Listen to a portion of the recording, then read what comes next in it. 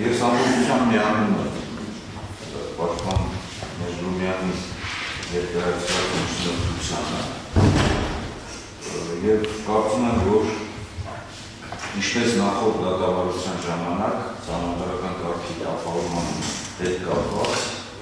ես որևիցե առնչություն չունեմ և մանավանդ, որ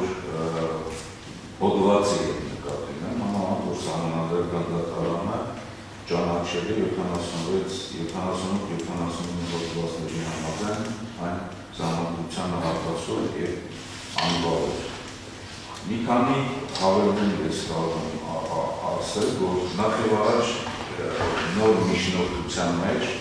և նախկին միջնորդության մեջ սխալ է նշված իմ պաշտոնը, որովհետև նշված է պաշտպանության նախարարության գլխավոր շտաբի պետ։ Իրականում իմ պաշտոնը եղել է պաշտպանության նախարարի առաջին տեղակալ գլխավոր շտաբի պետ 2008 թվականի դեկտեմբերին է փոփոխություններ դեր ունեցել պաշտպանության մասին օրենքում, որտեղ որ առանձնացվել են որոշակի առումով զորային կառույցի ղեկավարման իրավունքը տրվել է գլխավոր շտաբի պետին, իսկ ռազմաքաղաքական ղեկավարության հնարավորությունները պաշտպանության նախարարը։ Սա էական նշանակություն ունի, որովհետև նոր միջնորդության մեջ է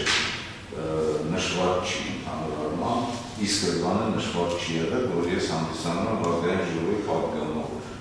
Փաստորեն ստացվում է, որ մի գործով, որը որ հակասահմանադրական է, հակասող և անվավեր նոր միջնորդության մեջ, նաև նույնիսկ այսօրվա իմ պաշտոնը չի նշված, որի շուրջն է պաշտպան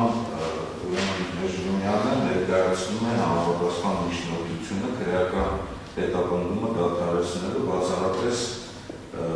որպես ազգային ժողովի պատգամավոր հանդիսանալու հանգամանքով, այսինքն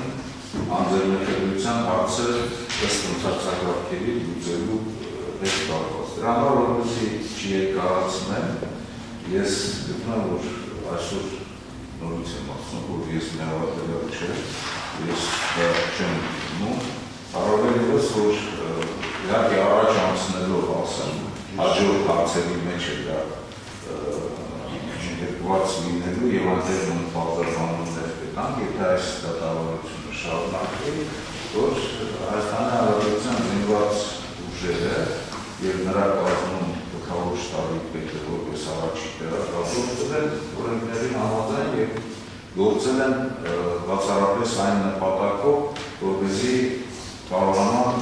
Հանրապետության մայրաքաղաքում պաշտպանել այս կարևոր օբյեկտները, որոնք որ ազդեցության տակ էին գտնվում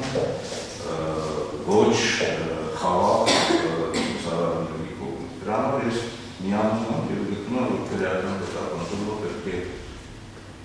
դադարեցվի և միայն եթե ընթացակարգերով պետք է առաջ շարժվենք, անձնախելության հարցը